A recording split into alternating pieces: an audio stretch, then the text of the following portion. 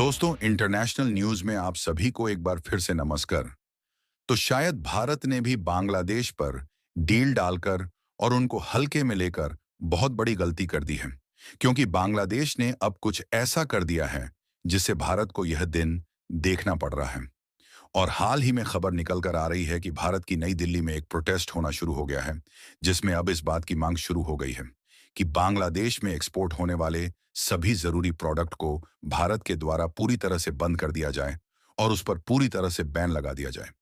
हालांकि भारत ने ऐसी उम्मीद नहीं किया था कि भारत को सभी तरीके के प्रोडक्ट का एक्सपोर्ट बांग्लादेश के लिए बंद करना पड़ेगा, लेकिन अब शायद इस तरीके के प्रोटेस्ट के बाद भारत को ऐसा कदम उठाना पड़ सकता है। भारत और बांग्लादेश से जुड़ी कुछ ऐसी ही चौंकाने वाली खबर निकल कर आई है, जिसे हम इस वीडियो में समझाने का प्रयास करेंगे। लेकिन आगे बढ़ने से पहले इस वीडियो को एक लाइक करके चैनल को सब्सक्राइब जरूर कर लीजिए,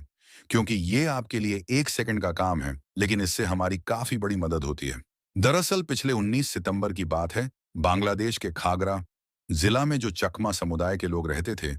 उन पर बांग्लादेशी आर्मी द्वारा एक बहुत बड़ा अटैक कर दिया जाता है, जिसमें इन लोगों के 100 से भी ज्यादा घरों को और कई दुकानों को बांग्लादेशी आर्मी द्वारा आग लगा दी जाती है। यानी कि कुछ दिन पहले तो कट्टरपंथियों के द्वारा हिंदुओं पर अत्याचार किए जा रहे थे, लेकिन अब यह बात सभी अल्पसंख्यकों पर आ गई और चकमा समुदाय के लोगों पर खुद बांग्लादेशी आर्मी द्वारा इतिहास का सबसे बड़ा अटैक किया गया। इसके बाद इन लोगों को केवल भारत ही एक सहारे की तरह नजर आया और चकमा समुदाय के लोग जो भारत में भी रहते हैं,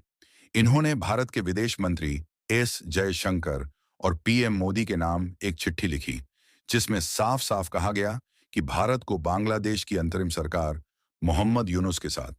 सभी प्रकार के रिलेशन रद्द कर देने चाहिए और उन पर दया दृष्टि दिखाने की जरूरत नहीं है, क्योंकि भारत के पड़ोसी बांग्लादेश में लगातार अल्पसंख्यकों पर अत्याचार हो रहे हैं। और अब यह बात यहां तक पहुंच गई है कि खुद वहां की आर्मी ने अटैक करना शुरू कर दिया है।